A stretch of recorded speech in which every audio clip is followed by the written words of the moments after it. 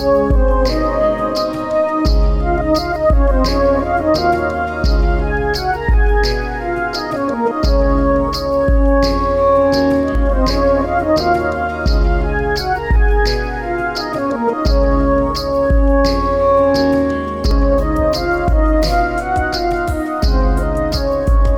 विषय सामगान है, तो मैं इस व्याख्यान का प्रारंभ भी सामगान से करूँगा। साम के दो रूप हैं, एक तो ऋग रूप है और दूसरा गीति रूप है। तो पहले एक ऋग प्रस्तुत करूँगा, फिर उसी का गान भी प्रस्तुत करूँगा। शाखा कौथुम है और शैली गुर्जर है।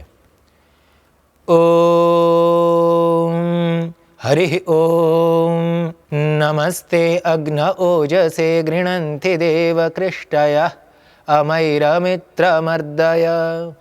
ये एक ऋचा है। ऋचा शब्द से तात्पर्य है एक मंत्र है, इसमें स्तुति है अग्नि देवता की। अब इसका जब गान होगा तो वो बहुत बढ़ जाएगा, उसका कलेवर, अक्षरों का, शब्दों का, स्वर का ये बढ़ जाएगा। और इसका गान कुछ इस प्रकार होगा। ओ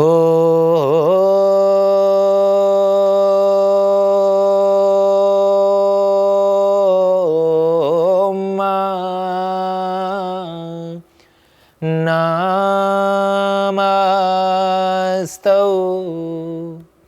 होग्नाई ओजसा ऐ गृणान्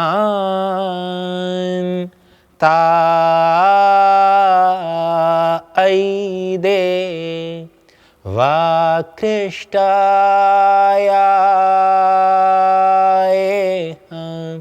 अमाये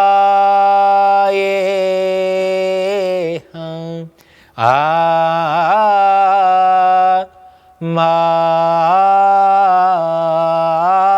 औहवा त्रमर्दा या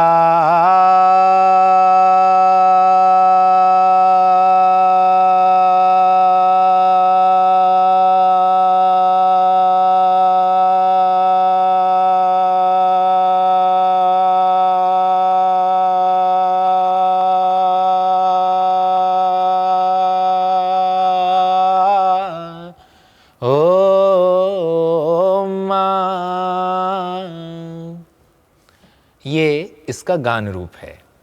तो यहाँ से अब हम अपना विषय प्रारंभ करेंगे।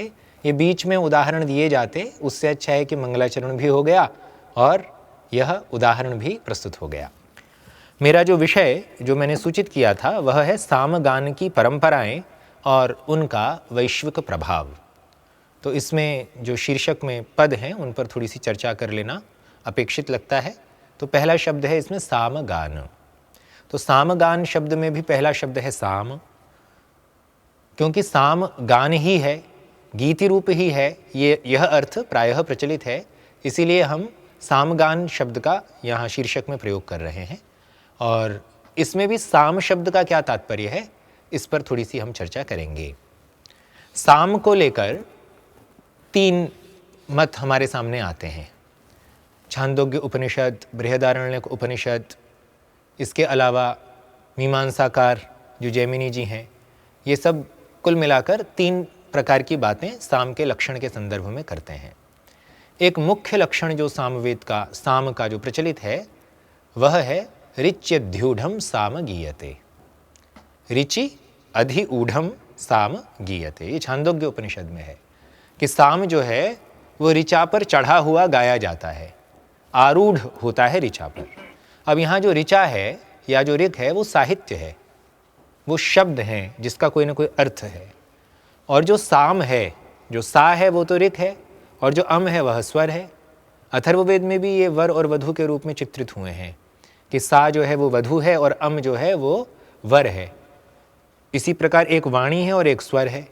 तो इन दोनों से जैसे वर और वधु से गृहस्थ संगीत उत्पन्न होता है, ठीक उसी प्रकार सा और अम से साम संगीत उत्पन्न होता है। यह वहाँ भाव है।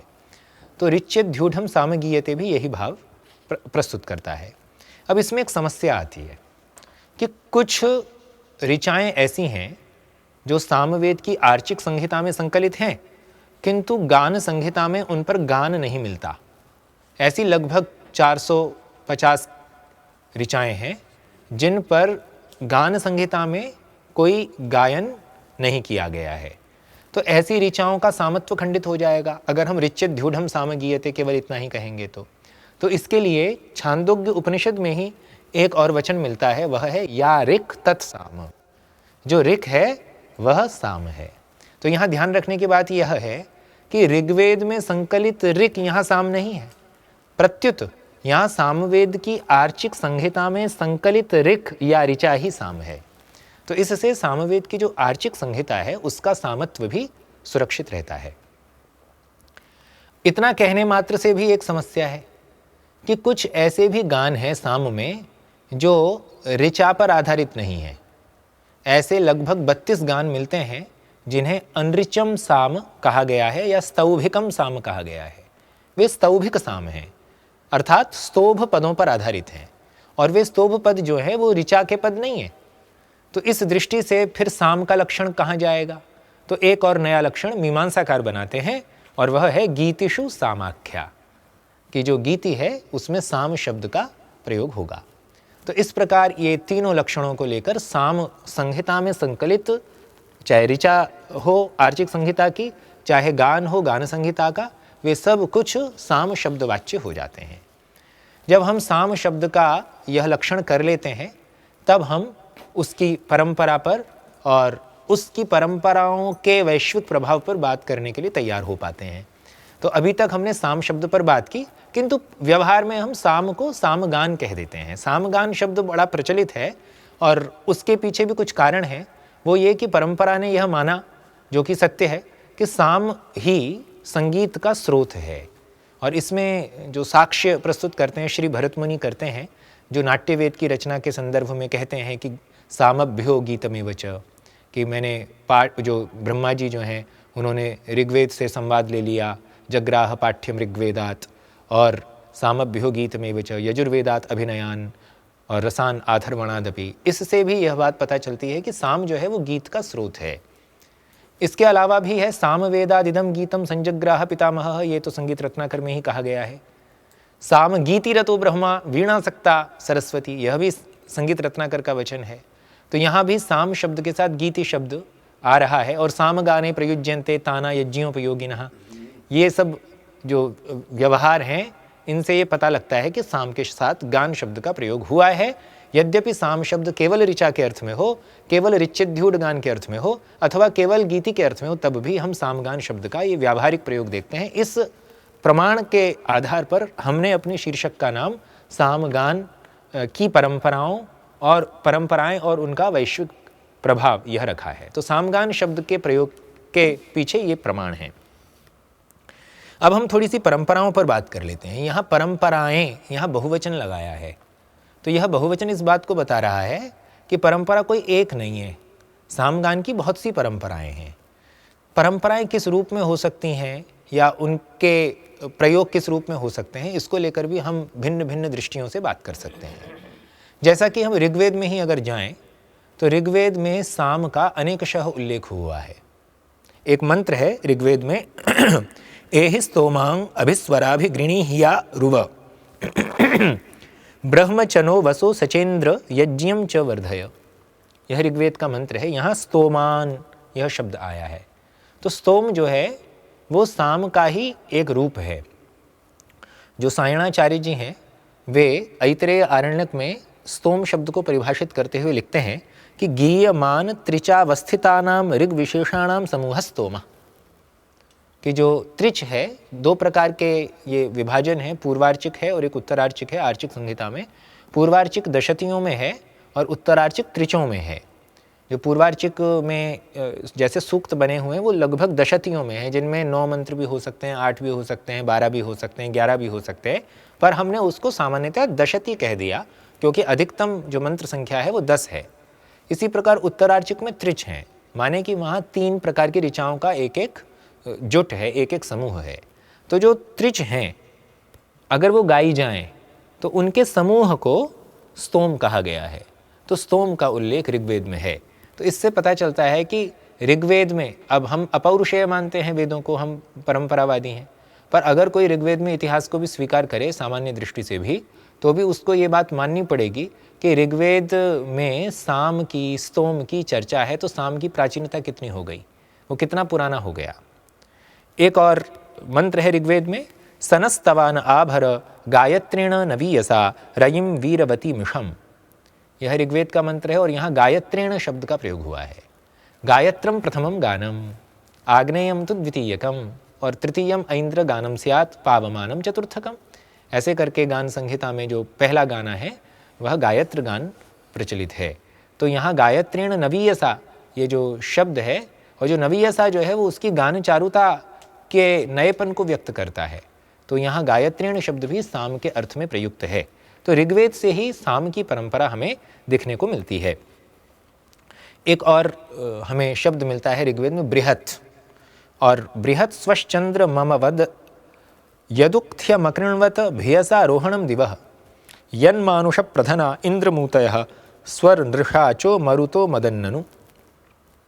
यहाँ ऋग्वेद में भी बृहत शब्द आया है, और बृहत शब्द की बहुत बढ़िया महत्ता भगवान वासुदेव श्री कृष्ण श्रीमद् भगवद गीता में कहते हैं कि बृहत साम तथा सामनाम। पहले तो ये कह देते हैं कि मैं वेदों में सामवेद हूँ, वेदानाम सामवेदोस्मि, फिर कुछ समय में ये भी कह देते हैं कि बृहत साम तथा सामनाम, कि मैं सामों में बृहत साम हूँ।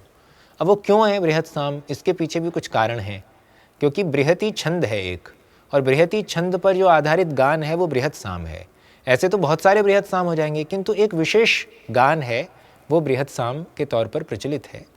तो बृहत साम का उल्लेख भी हमें ऋग्वेद में मिलता है।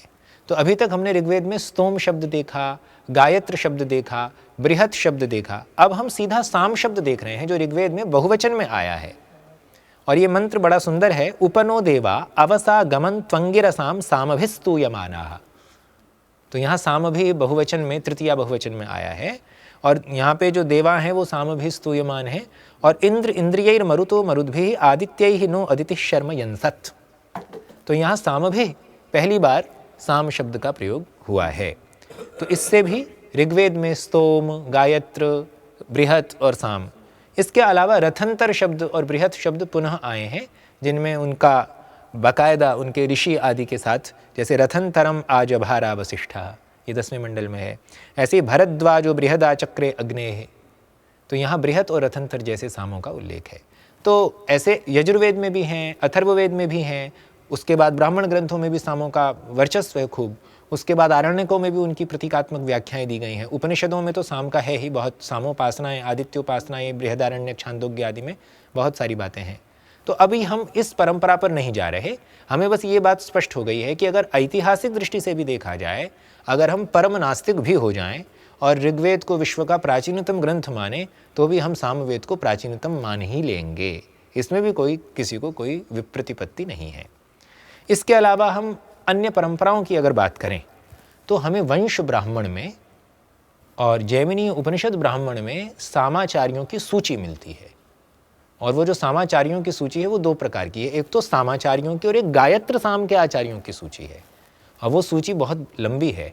ऐतिहासिक दृष्टि से उस ऋषि नामावली का या गुरु शिष्य परंपरा की नामावली का हमें अवलोकन करना चाहिए। वो पूरी परंपरा है, और वो परंपरा इस बात को बताती है कि हमारे जो इतिहास प्रिय ऋषि थे, उन्होंने वंश ब्राह्मण जैसे ब्राह्मणों में उस सूची को सुरक्षित कर दिया।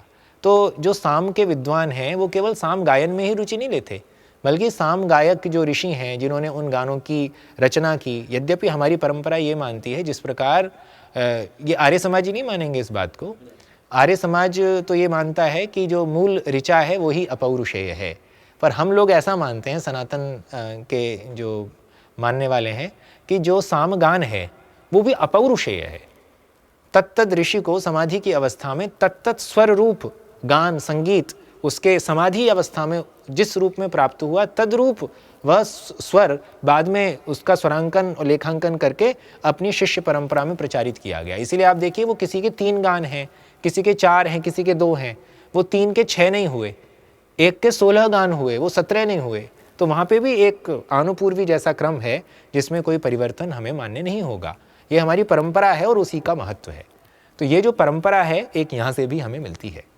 तो इस प्रकार हम देखते हैं ऋग्वेद की परंपरा अलग है, वंश ब्राह्मण में जो सामाचार्यों की सूची है वो अलग है, गायत्र साम के आचार्यों की सूची अलग है जो जैमिनी उपनिषद ब्राह्मण आदि में मिलती है।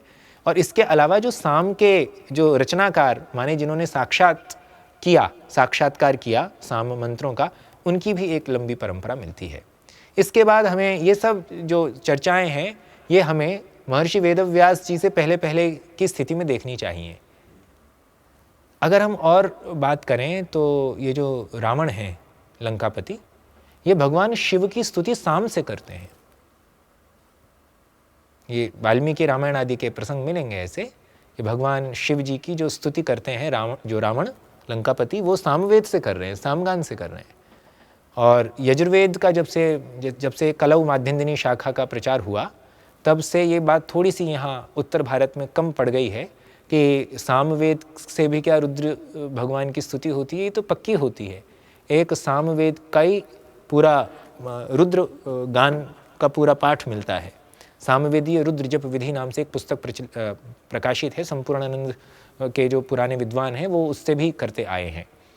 तो सामगान का भगवान शिव की उपासना में विशेष योगदान है।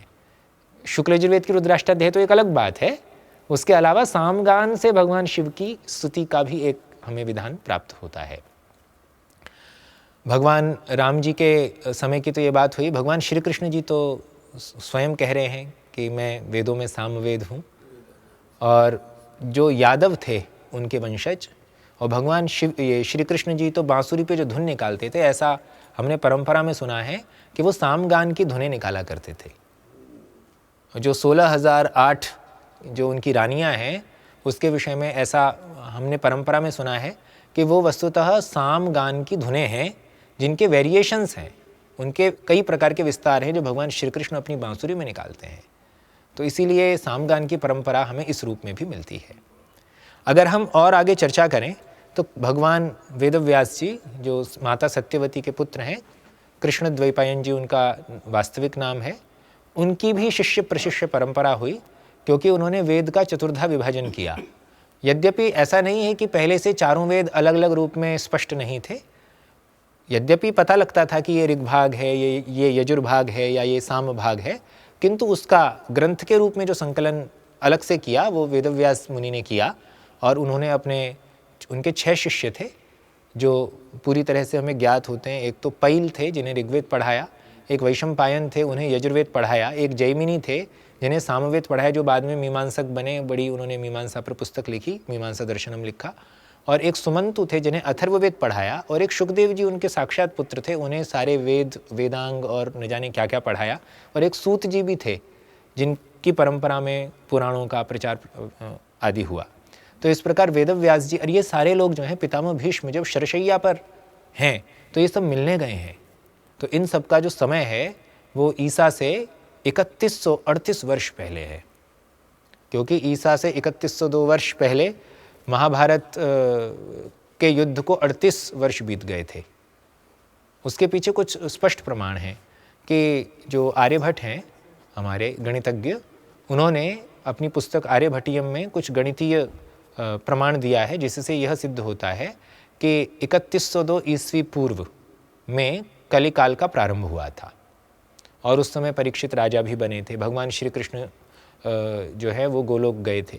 ये घटनाएं लगभग साथ साथ की हैं, और उससे 36 वर्ष पहले महाभारत का युद्ध हुआ था, क्योंकि महाभारत के युद्ध के 10 दिन बाद युधिष्ठिर राजा बने और उन्होंने 36 वर्ष तक शासन किया था।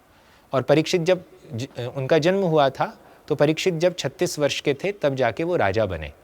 तो इस प्रकार ये सारी घटनाएं महाभारत के युद्ध के आसपास की हैं जब वेदव्यास जी अपनी परंपराएं प्रचारित कर रहे हैं।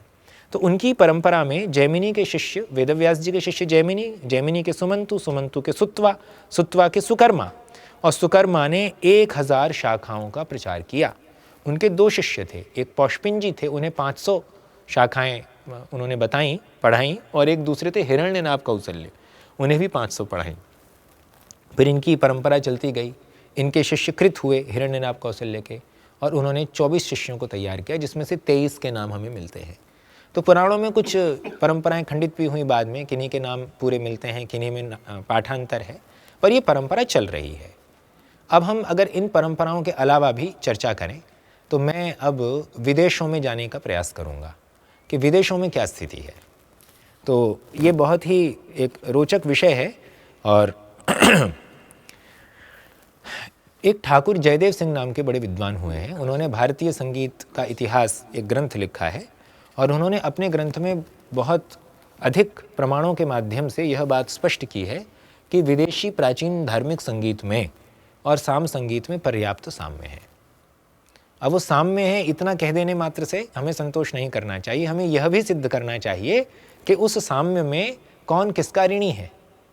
तो विदेशी धार्मिक संगीत जो है वो साम गान के संगीत का ऋणी है, यह हम बात अभी सिद्ध करने का प्रयास करेंगे। तो इसके लिए हमें कुछ चीज़ें जाननी पड़ेंगी। जैसे भारत में साम शब्द चलता है क्योंकि भारत की देन है, हमारे चारों वेद भारत के हैं, आर्यावर्त के हैं। और सुमेर में सम शब्द का प्रचलन है। कितना शब्द साम्य है। इब्रानी प्रदेशों में तथा यहूदियों के मंदिरों में सम या शम शब्द का प्रयोग होता है। और अरब में समा तथा यूनान में साम शब्द प्रचलित हैं। यूनान का जो साम शब्द है उसकी स्पेलिंग है PSALM। जैसे साइकोलॉजी में P साइलेंट होता है, ऐसे यहाँ साम में P साइलेंट है, PSALM। अब हमें कुछ विशेषताएं सामगान की देखनी है जो प्राचीन विदेशी धार्मिक संगीत में भी हैं, तब जाके हमें ये स्पष्ट हो जाएगा कि किस प्रकार सामगान का जो प्रभाव है, वैश्विक प्रभाव, वो अन्य देशों के धार्मिक संगीत पर है। तो एक बड़ी स्पष्ट बात है कि सामगान बांसुरी के साथ किया जाता था। यह बात हमें व्यंजित होती है नारदीय शिक्षा के प्रमाण से, यस सामगानाम प्रथमः स वेणोर मध्यम स्वरः इत्यादि प्रमाण से। दूसरा, साम के गानों की धुनें निश्चित होती हैं। जो छंद है, एक गान है, वो निश्चित है, उसमें हम बदल नहीं सकते, अपने हिसाब से कोई सुर लगा नहीं सकते, उनमें परिवर्तन संभव नहीं है। प्राचीन समय में सामगान यज्ञशालाओं में किया जाता था। सामगान कहाँ किया जाएगा? यज्ञों में, सोम यागों में किया जाता है। साम का जो मुख्य प्रतिपाद्य है वो सोम यागों में गायन करना ही है, इसका मुख्य प्रयोजन जो है। यज्ञों में प्रातः सवन, मध्याह्न सवन तथा सायं सवन के समय विशिष्ट सामों का ही गान किया जाता था। पहले से तय हो रखे थे कि ये प्रातः सवन के साम है, ये मध्याह्न सवन में गाए जाएंगे और ये सायं सवन में गाए जाएंगे। और सायणाचार्य तो स्पष्ट लिखते हैं कि मंद्र मिवाग्र आददीथ अथ तारतरम और अथ तारतमम, कि सबसे पहले मंद्र स्वर में गान करो, फिर तार स्वर में, तारतर में माने मध्य सप्तक में गान करो, और फिर तारतमम माने और तार में। और ये संगीत के भी लोग यही बोलते हैं कि पहले आप रियाज खरच का करें, सा रे ग म प द ने सा ने द प म ग रे सा, खरच का रियाज। फिर मध्य में मध्य सप्तक का सा रे ग म प द, ऐसे करके। और लास्ट में जब रात्रि हो तो और ऊंचा। तो इस प्रकार का अभ्यास करने की परंपरा हमें बताई गई। यद्यपि मेरा गला बैठा है इसलिए मैंने मंद्र को मध्य में लेकर और मध्य को मैं तार में ले गया। मंद्र मैंने बहुत अच्छे से नहीं किया, तो इसको हम हारमोनियम आदि की सहायता से समझ सकते हैं। उद्गाता, प्रस्तोता, प्रतिहर्ता और सुब्रह्मण्य, ये 4 प्रकार के गायक हैं साम के, जिनके साथ एक ऐसा नियम बंधा है कि ये मिलकर गाएंगे, वृंदगान करेंगे और इनका कुछ कुछ अंश फिक्स है। जैसे उद्गाता उद्गीत को गाएगा, जैसे प्रस्तोता प्रस्ताव भक्ति को गाएगा, प्रतिहर्ता प्रतिहार, ऐसे करके इनके सबके अपने अपने नियम हैं। सुब्रह्मण्य सबको गाएगा। तो इस प्रकार ये 4 हैं और ये अलग अलग गाते हैं, अलग अलग इनके नियम हैं। सामगान करते समय गात्र वीणा का प्रयोग किया जाना एक परंपरा है। गात्र वीणा जो है वो अंगुल्य अंगुष्ठ रंजिता होती है। 2 प्रकार की वीणाओं का प्रतिपादन नारदीय शिक्षा में हुआ है। एक तो दारवी वीणा है जो लकड़ी से बनी होती है, और एक गात्र वीणा है जो अभी मैं आपके सामने प्रस्तुत कर रहा था वो। इसके अलावा सामगान में हाउ, ओयाई जैसे स्तोभाक्षरों का प्रयोग होता है। ये बेसिक बातें हैं, इन्हें जब तक हम जानेंगे नहीं तब तक हम विदेशी संगीत की भी परंपराओं को इससे जोड़ नहीं पाएंगे। H.G. फॉर्मर नाम के एक विद्वान हैं, उनकी किताब है the new Oxford history of music. उसमें एक चैप्टर है the music of ancient Mesopotamia. उसमें उन्होंने कुछ बातें लिखी हैं और वो कहते हैं कि सुमेर में अरसम शब्द का प्रयोग होता था जिसका अर्थ साम था, जो बांसुरी के साथ गाया जाता था। ये बात कौन कह रहा है? ये H.G. फॉर्मर कह रहा है, जो खुद ही पाश्चात्य आदमी है। ये हम नहीं कह रहे हैं, वो इस बात को स्वीकार कर रहे हैं। और वो कहते हैं कि मेसोपोटामिया का जो मंदिर संगीत था, जिन छंदों में गाया जाता था, उन प्रत्येक छंदों का गान एक निश्चित नियम पर आधारित था, जो छंदों गायक माने प्रेजेंटर द्वारा प्रस्तुत किया जाता था। यह बात भी हमारे सामगान के छंदों के नियम पर निश्चित होती है। हम भी एक निश्चित नियम में बंध कर ही गाना नियम मानते हैं। इन्होंने सेमेटिक, हिब्रू तथा अरबी भाषाओं में प्रचलित साम संबंधी शब्दों की समानता को भी दर्शाया है H.G. फॉर्मर ने। एक और विद्वान है, उसका नाम है एरिक वर्नर। इसने किताब लिखी है द सेक्रेट ब्रिज, और ये किताब जो इनकी छपी थी वो 1960 में छपी, अभी की बात है। 1960 के कई लोग तो अभी भी हैं। हाँ, 65 साल पहले की बात है।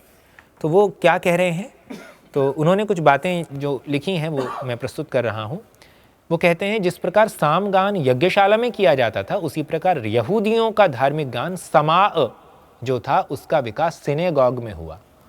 जैसे हमारे यज्ञशाला है वैसे सिनेगॉग है, उसमें यहूदी जो समाअ है उसका विकास हुआ। सामगान के समान यहूदियों का जो समाअ था वह प्रातः, मध्याह्न तथा सायंकाल में गाया जाता था। यह जो ग्रंथ है ये मेरी थीसिस है, इस पर मैंने PhD की है इस विषय पर, इसलिए मैं लेकर आया हूँ ताकि आपके लिए प्रमाण रहे कि उसी शीर्षक है सामवेद के स्वरों का ध्वनि वैज्ञानिक, अर्थ वैज्ञानिक एवं संगीत शास्त्रीय अध्ययन। इसमें 3 अलग अलग अप्रोच है। अभी प्रकाशित होगी, इस बार करूँगा, इसमें और थोड़ा परिवर्धन कर रहे हैं। हाँ, कराएंगे। और भी इसमें कुछ चर्चा है, जैसे सामगान में उद्गाता द्वारा गाए गान अंश का प्रस्तोता और प्रतिहर्ता आवृत्ति पूर्वक गान करते हैं, उसी प्रकार यहूदी समाअ में भी आवृत्ति पूर्वक गान किया जाता है। मतलब गान पद्धति तक मिल रही है, न केवल साम का नाम साम्य है, प्रत्युत गान पद्धति तक मिल रही है। और देखिए,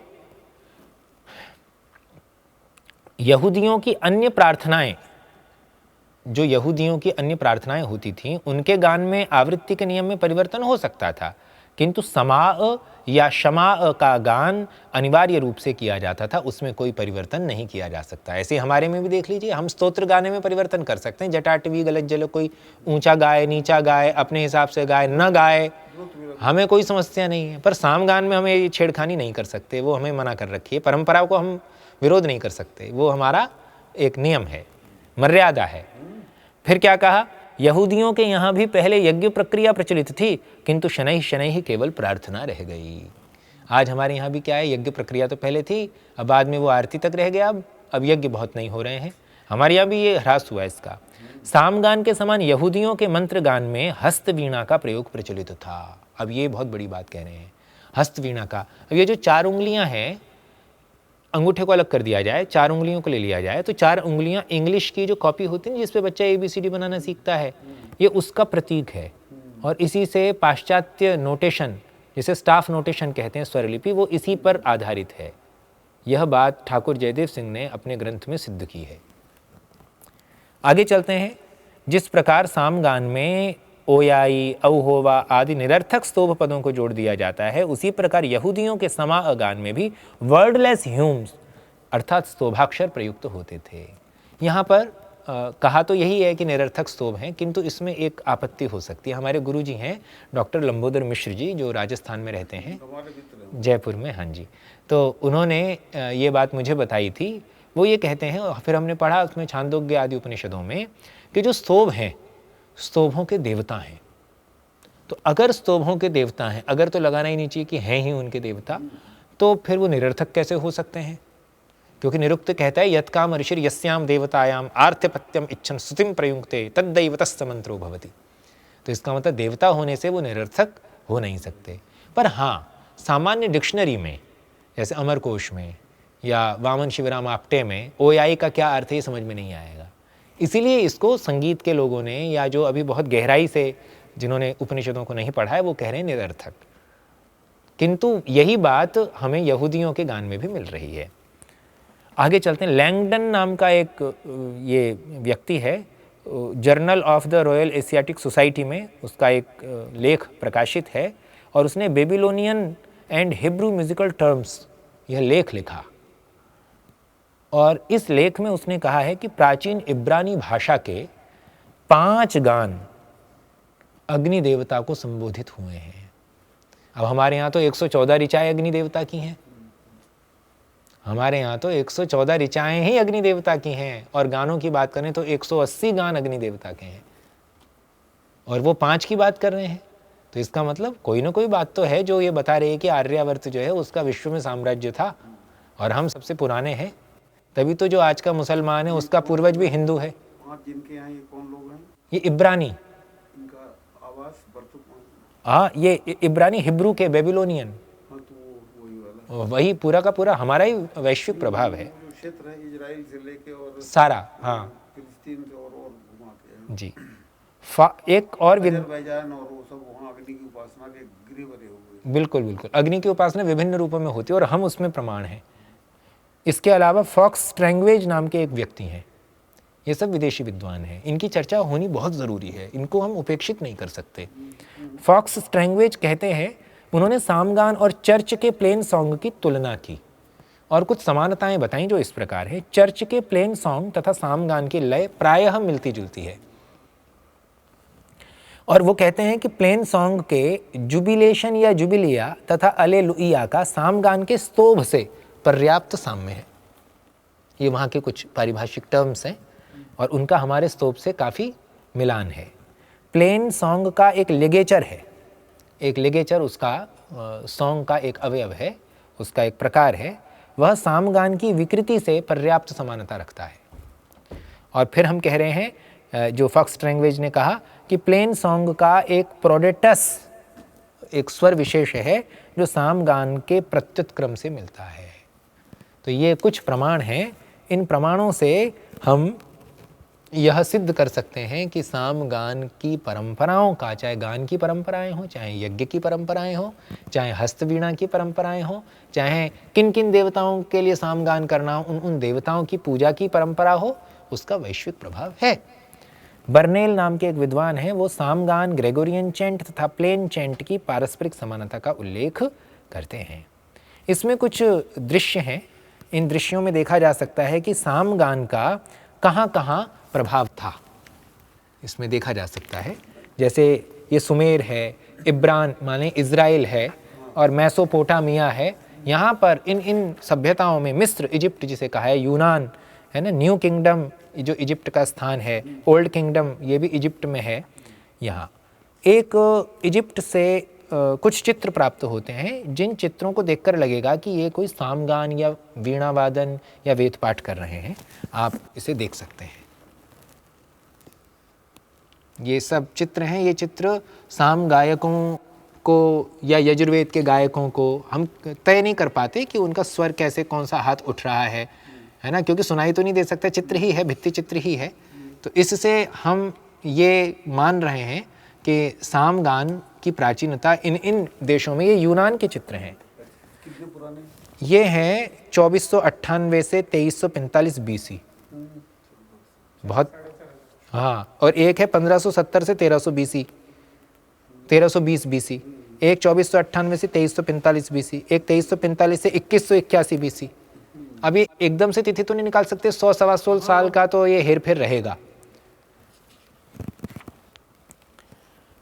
इसके एक उसमें तो ये जो भस्म चंदन लगाते हैं ना, ये ऐसे वाला, उसका भी पूरा एक उसके चित्र में हमें प्रदर्शित होता है। तो इस प्रकार हमारे यहाँ जो परंपरा है वो बहुत समृद्ध है और उसका वैश्विक प्रभाव भी बड़ा ही प्रामाणिक है, उसमें किसी को कोई संदेह है नहीं।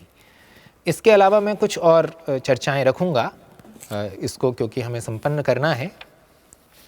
विदेशी धार्मिक संगीत पर प्रभाव, इसको बता लेने के बाद हम ये चर्चा करेंगे कि जो साम गान की स्वरलिपि है, माने जो साम की गान संहिता है, जिस पर भिन्न भिन्न प्रकार का स्वरांकन है, अक्षरांकन की दृष्टि से और संख्यांकन की दृष्टि से, वह विश्व का प्रथम प्राचीनतम प्रयास है स्वर की लिपि का, स्वर लिपिकरण का सबसे प्राचीनतम उदाहरण है अपने आप में गान संगीता।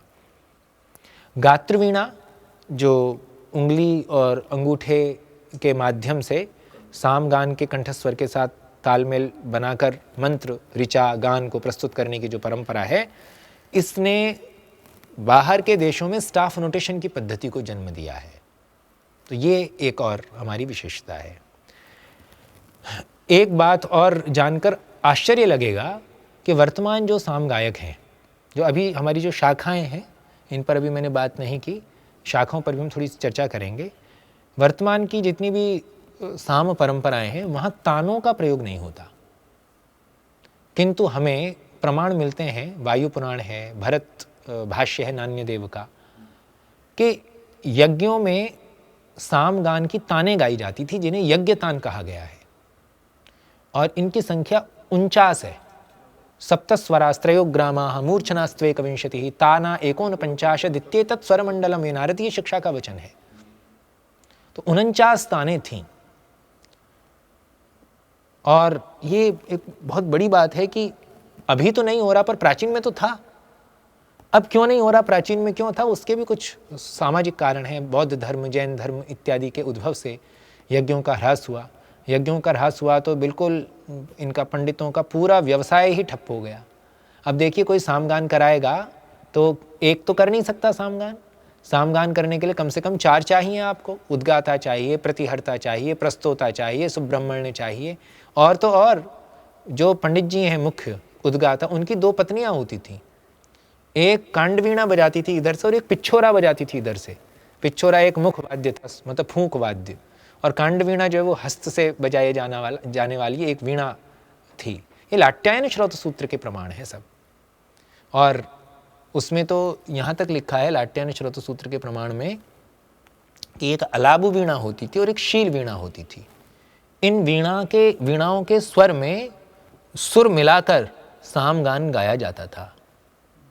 तो इसका मतलब जब सामगान यज्ञों में गाया जाता था तो साम गायक कम से कम 4 पंडित जी हैं, उनकी पत्नियां बैठी हैं, उद्गाता की तो 2 पत्नियां पीछे बैठी हैं, टीम है पूरी।